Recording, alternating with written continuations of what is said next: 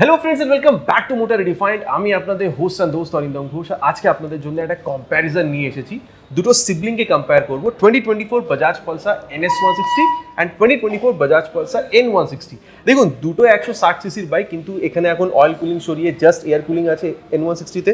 এখানে 4 ভ্যালভের সাথে oil cooling company এখনো পর্যন্ত এখানে সরায়নি, ঠিক আছে। আচ্ছা, প্রাইসে কিন্তু একটা হিউজ গ্যাপ আছে, কিন্তু এর বাদেও অনেক কিছু এমন আছে যেটা দুটোর মধ্যে সিমিলার। তো এটা ডাউট ক্রিয়েট হচ্ছে যে কোনটা কিনবো, NS নাকি এন। এই যে ডাউটটা আছে এটা আজকে ক্লিয়ার করার চেষ্টা করবো। বলবো দুটোতে কী কী জিনিস আপনারা পেয়ে যাবেন, feature, price, specification, mileage, everything in detail comparison করবো, যাতে ভিডিওর এন্ড পর্যন্ত আপনাদের একটা ক্লিয়ার আইডিয়া হয়ে যায় যে আপনাদের জন্য কোনটা কেনা ঠিক হবে, NS160 না N160। Very special thanks to রোলটা Bajaj Baguiati for providing me this bike, যাতে আমি আপনাদের পর্যন্ত কম্প্যারিজনটা পৌঁছে দিতে পারি। যদি আপনারা ওয়েস্ট বেঙ্গল, কলকাতার আশেপাশে এরিয়াতে থেকে থাকেন, কোনো রকমের বাজাজের প্রোডাক্ট যদি আপনারা কিনতে চান, শোরুমে কন্ট্যাক্ট করতে পারেন। ডিটেলসটা আপনারা এখন আপনাদের স্ক্রিনে দেখে নিয়েছেন। তাহলে চলুন শুরু করা যাক। চলুন বন্ধুরা, তাহলে শুরু করা যাক। সব থেকে প্রথমে এনের কিটা আপনাদের দেখিয়ে দিই। এরকম টাইপের একটা কি আপনারা এখানে পাবেন, নর্মাল কি, ঠিক আছে, এখানে ওয়েভ কি নেই। ইনফ্যাক্ট যদি এনএসে দেখেন তাহলে কি সাইজটা একটু ছোটো, কিন্তু হ্যাঁ এখানেও নর্মাল কি পাবেন, ওয়েভ কি পাবেন না। N250, NS200 বা NS400 জিতে গেলে তখন আপনারা এখানে ওয়েভ কি দেখতে পাবেন। আচ্ছা, এইবার যদি কালারের ব্যাপারটা বলি, দুটো ভেরিয়েন্টেই কিন্তু মানে দুটো মডেলে কিন্তু আপনি 4টে কালার ভেরিয়েন্ট দেখতে পেয়ে যাবেন, ঠিক আছে। এরপরে one of the deciding factors এর ব্যাপারে যদি আমি কথা বলি, মানে যেটা হচ্ছে প্রাইস, যে কোনটা কেনা ঠিক হবে, এন নাকি এনএস, তাহলে সেটা হচ্ছে এনের ব্যাপারে যদি আমি আপনাদের বলি, তাহলে এখানে 1,71,085 রুপিসে পেয়ে যাবেন। আর এনএসটা যদি আমি আপনাদের বলি 1,79,500, মানে মোটামুটি বলতে পারেন 8,500 টাকার ডিফারেন্স আছে দুটো বাইকে। আচ্ছা, এরপর বলি যে দুটোর মধ্যে কী কী আরও ডিফারেন্স আছে। সবথেকে প্রথমে যদি এখানে এনটাকে অন করি, দেখুন কিটা অন করলে কিন্তু এখানে কোনো রকমের লাইট আপনি দেখতে পাচ্ছেন না যতক্ষণ আপনি এখানে ইগনিশনটাকে অন না করছেন। ইগনিশনটা অন করলে কিন্তু আমি এখানে ডিআরএল আর প্রজেক্টরটা দেখতে পাচ্ছি, কিন্তু প্রজেক্টরটাকে যদি আমি চাই তাহলে এখানে এই সুইচের দিয়ে কিন্তু আমি অফ করতে পারি, ঠিক আছে। এই যে অফ করে দিলাম, অন করে দিলাম। এটাকে অপারেট করার জন্য high beam, low beam, pass লাইটের সুইচ আমি এখানে পেয়ে যাবো, ঠিক আছে। এটা low beam, high beam and then pass light. এবার এটাকে এখানে বন্ধ করি। যদি আমি টার্ন সিগন্যালটা আপনাদের দেখাই, তাহলে এরকম একটা এলইডি টার্ন সিগন্যাল পেয়ে যাবো, নন ফ্লেক্সিবল বা সেমি ফ্লেক্সিবল আপনারা এখানে বলতে পারেন। এবার এটাকে অফ করে দিই আর আপনাদের দেখাই অ্যাবাউট এনএস। কিছুদিন আগে এখানে এই যে অল এলইডি হেডল্যাম্পের সেটআপের আপডেটটা কোম্পানি এখানে দিয়েছে, ঠিক আছে। লাইটনিং শেপের এখানে ডিআরএলটা দেখতে পেয়ে যাচ্ছেন। এখানেও কিন্তু সেম, অন করলে কিন্তু কোনো রকমের লাইট এখানে জ্বলবে না, আর লাইটটা জ্বলবে যখন আপনি এখানে ইগনিশনটাকে অন করছেন, ঠিক আছে। ইগনিশনটাকে অন করলে সেম আপনি এখানে পুরোটা জ্বলতে দেখতে পাবেন, কিন্তু এখানেও আপনি অফ করতে পারবেন এনের মতন এখানে এই সুইচটা দিয়ে। এই যে এটা এখন হেডল্যাম্পটা জ্বলছে, এটাকে অফ করতে পারেন। আর again high beam, low beam, pass লাইটের জন্য সেম সুইচ এখানে পেয়ে যাচ্ছেন। এটা লো বিমে আছে, এটা হাই বিম, লো বিম আর পাস লাইট, ঠিক আছে। আচ্ছা, এবার এটাকে অফ করি। সেম মানে টার্ন সিগন্যালটা আপনি এখানেও পাচ্ছেন, ঠিক আছে। একটু নিচে আছে, কিন্তু এখানে আপনি এলইডি সেম মানে semi flexible type of turn ইন্ডিকেটরটা এখানেও আপনি দেখতে পেয়ে যাবেন। এবার এটাকেও আমরা এখানে বন্ধ করি। আর ব্যাপারটা বলি আপনাদের অ্যাবাউট সাসপেনশন। দুটোতেই কিন্তু আপনি এখানে ইউএসডি দেখতে পাচ্ছেন। হ্যাঁ, কালারে একটু তফাৎ আছে, এখানে শ্যাম্পেন গোল্ড আর এখানে আপনি গ্রে কালার পাচ্ছেন। If I am not wrong, এখানে 33 বা 34 এর এই যে ইউএসডি ফোকটা আছে, এটা আপনারা এখানে পেয়ে যাবেন। কিন্তু যখন আপনি এখানে আসছেন N160-তে অ্যাপ্রক্সিমেটলি 35 এর যে ইউএসডি ফোকটা, which is given by Endurance, এটা আপনারা এখানে দেখতে পাচ্ছেন। আচ্ছা, এইবার আমি এখানে একটা তফাৎ বলতে চাই। দুটোতেই আপনি ইউএসডি দেখতে পাচ্ছেন, কিন্তু আমার এক্সপিরিয়েন্স থেকে আমি যেটা দুটো চালিয়ে বুঝেছি সেটা এটা, যে N160-র কম্প্যারিজনে যদি আপনি এনএসটা দেখছেন, তাহলে ওখানে কিন্তু স্টিফনেসটা একটু বেশি। আর ইনফ্যাক্ট এখানে দেখুন আপনাদের পেরিমিটার ফ্রেম পাচ্ছেন, তো মিলেজুলে যদি দেখেন 19-20 ফারাক আছে যদি হ্যান্ডলিংটা দেখেন। আর আমি এটা বলবো, because of the stiffness and this perimeter frame, একটু হলেও না এখানে এনএসে আপনি হ্যান্ডলিংটা বেটার পাবেন। এটা 19 হলে ওটা 20, ঠিক আছে, মানে একটু ডিফারেন্স থাকবে। সাসপেনশনের ব্যাপারে বললাম। এবার যদি আপনাদেরকে এখানে মাডগার্ড বলি, দুটোতেই ফাইবার পেয়ে যাবেন, ঠিক আছে, কিন্তু এখানে আপনি ডুয়াল ফ্ল্যাপ এটা পাবেন। আচ্ছা, তারপরে এখানে যদি আপনাদের টায়ারটা বলি, দুটোতেই কিন্তু সেম আছে, 100/80 সেকশনের tyre with 17 inches of alloy wheel. আর যদি ডিজাইনটা দেখেন, অ্যালয় হুইলের একদমই সেম, কোনো ডিফারেন্স নেই।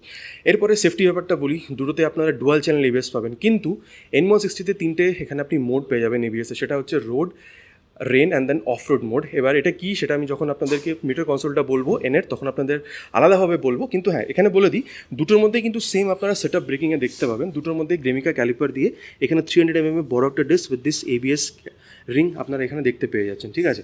এইবার ব্যাপারটা বলি অ্যাবাউট ইঞ্জিন। এখানে কিন্তু হালকা ফুলকা চেঞ্জ হয়েছে। যদি এনের ব্যাপারটা বলি আপনাদের, দেখুন এখানে আগে অয়েল কুলিং ছিল, যেটা এখন সরিয়ে দেওয়া হয়েছে, কিন্তু এনএসে আপনারা অয়েল কুলিংয়ে পাচ্ছেন। আর ওখানে দেখতে পাচ্ছেন DTSI, ওটা কোম্পানি সরায়নি, কিন্তু এখান থেকে DTSI কিন্তু কোম্পানি সরিয়ে দিয়েছে। আস্তে আস্তে করে অনেক কিছুই সরিয়ে দিচ্ছে কোম্পানি, তাই না।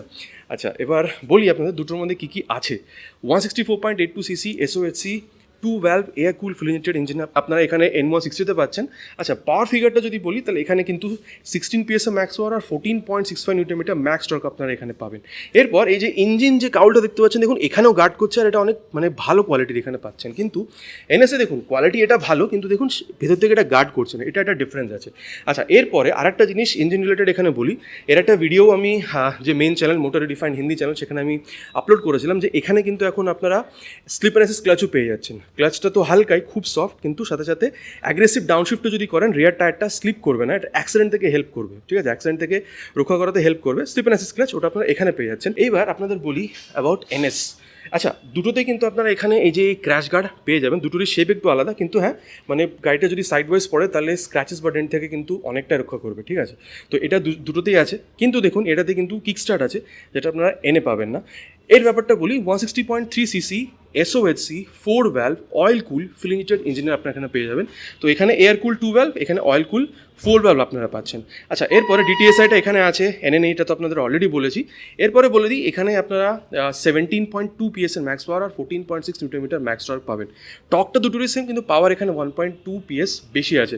আচ্ছা, এবার এখানে স্লিপ অ্যান্ড অ্যাসিস্ট ক্লাচ আছে কিনা আপনারা অলরেডি যদি থেকে থাকে আমি নিচে আপনাদের ভিডিওতে লিখে জানিয়ে দেবো। ঠিক আছে, এরপরে আপনাদের এখানে যদি আমি বলি এই ফুট রেস্টের ব্যাপারটা বা ব্রেক লিভারের কোয়ালিটিটা, এটা কিন্তু আপনারা দুটোতেই একদমই সেম দেখতে পাবেন, আর কোয়ালিটি দুটোরই অনেকটাই ভালো, এখানে কোনো রকমের কোনো ত্রুটি নেই। ঠিক আছে, এরপরে আপনারা দেখুন দুটোতেই কিন্তু এখানে আপনারা বক্স সুইংগাম যেটা আছে ওটাও দেখতে পাচ্ছেন, আর সাথে সাথে যদি দেখেন এই আন্ডারবেলি এক্সস্ট যেটা, এটা কিন্তু দুটোতেই আছে। আওয়াজটা আমি আপনাদের শুনিয়ে দিই, স্টার্ট করি উইথ N160।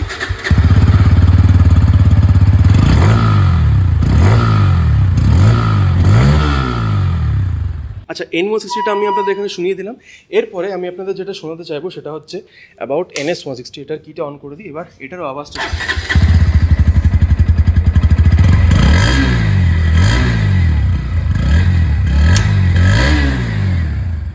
আচ্ছা, দুটোরই আওয়াজ আপনারা এখানে শুনেছেন, আপনাদের কোনটা ঠিক লাগলো না লাগলো নিচে কমেন্ট করে জানাতে কিন্তু একদম ভুলবেন না। এবার একটা কথা আপনাদের বলি, হয়তো এরকম মনে করছেন যে এটা এখানে এয়ার কুল আছে, ওখানে অয়েল কুল 2 valve 4 valve পাওয়ার একটু তফাৎ আছে, তার জন্য হয়তো এনএসএ পারফরমেন্স এর থেকে অনেক বেটার হবে এনের থেকে।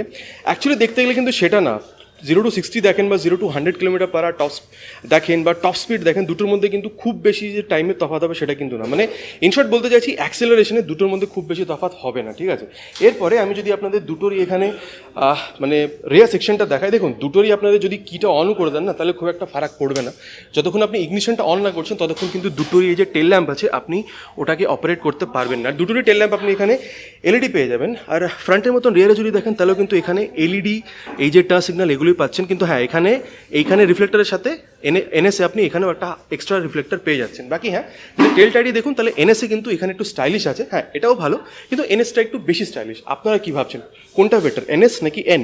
অ্যাবাউট দিস টেল টাইডি নিচে কমেন্ট করে জানাবেন। ঠিক আছে, এরপরে দেখুন দুটোতেই কিন্তু ওই কাদামাটির থেকে হেল্প করার জন্য, মানে যাতে কাদামাটি ছিটিয়ে মানে জিনিসপত্র খারাপ না হয়ে যায়, স্পেশালি মানে যদি ব্যাগ থাকে পেছনে বা যদি কোনো রকমের জামা কাপড় থাকে খারাপ না হয়ে যায়, তার জন্য কিন্তু এখানে এই টায়ার হ্যাগার দেওয়া আছে। দুটোর ডিজাইনে হালকা তফাৎ আছে, কিন্তু যদি কোয়ালিটি দেখেন দুটোরই ফাইবার, দুটোরই খুব ভালো কোয়ালিটি। ঠিক আছে, এরপরে যদি টায়ারটা বলি দুটোর একদমই সেম 130/70 সেকশনের tyre with 70 inches of alloy wheel. আর সাথে সাথে আপনি দেখতে পাবেন দুটোরই কিন্তু এখানে যে অ্যালয় হুইলটা আছে ডিজাইনটাও একদম সেম।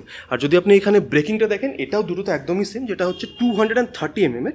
এখানে আপনি যে ABS রিং দেখতে পাচ্ছেন, ঠিক আছে, আর দুটোতেই কিন্তু RLP সেন্সার আছে।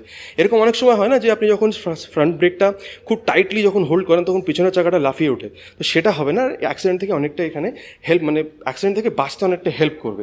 এরপরে যে লেফট পোর্শনটা আছে ওটার ব্যাপারে বলি, দেখুন এনে কিন্তু আপনাদের এখানে শুধু শাড়ি গার্ড আছে, এখানে কিন্তু লেডিস ফুটরেস্ট নেই। এখানে শাড়ি গার্ডটা তো আছে এনএসে, সাথে সাথে দেখুন লেডিস ফুটরেস্টটাও দেওয়া আছে, তো এটা একটা এক্সট্রা অ্যাডভান্টেজ বলতে পারেন। ওই যে 8-9 টাকা বেশি পে করছেন এটাও একটা কারণ। হ্যাঁ, ইঞ্জিনের ডিফারেন্স আছে ওটাও একটা কারণ তো অবশ্যই বটে। আচ্ছা, তারপরে যদি দেখেন তাহলে দুটোতেই কিন্তু এখানে এই বক্স এক্সট্রা সুইংগাম আছে, আগেই বলেছি।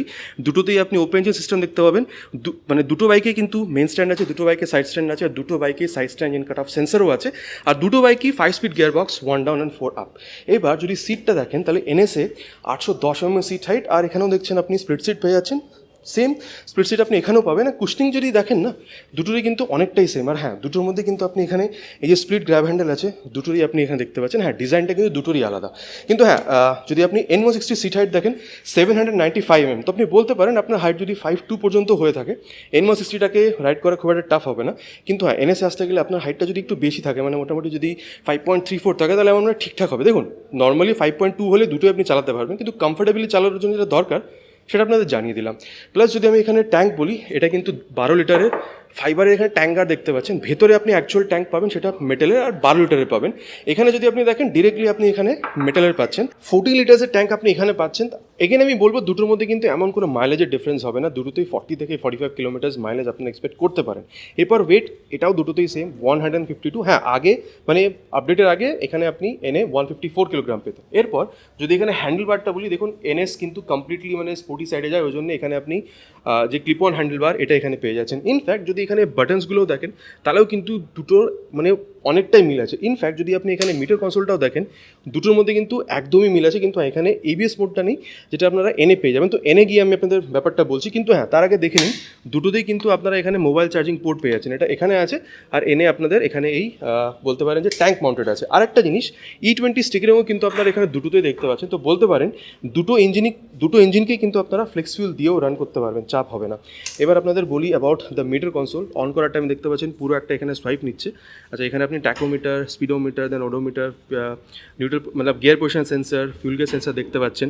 সেটিংয়ে গেলে আপনি ক্লকটাও সেট করতে পারবেন। এখানে ব্লুটুথ দেখতে পাচ্ছেন। তো আপনি যদি বাজাজের রাইড কানেক্ট অ্যাপটাকে মোবাইলে ডাউন ইনস্টল করে থ্রু ব্লুটুথ যদি এটার সাথে কানেক্ট করেন, তাহলে এখানে turn button navigation, call, SMS alert, এই যে জিনিসপত্রগুলো এগুলো আপনি এখানে অ্যাক্সেস করতে পারবেন।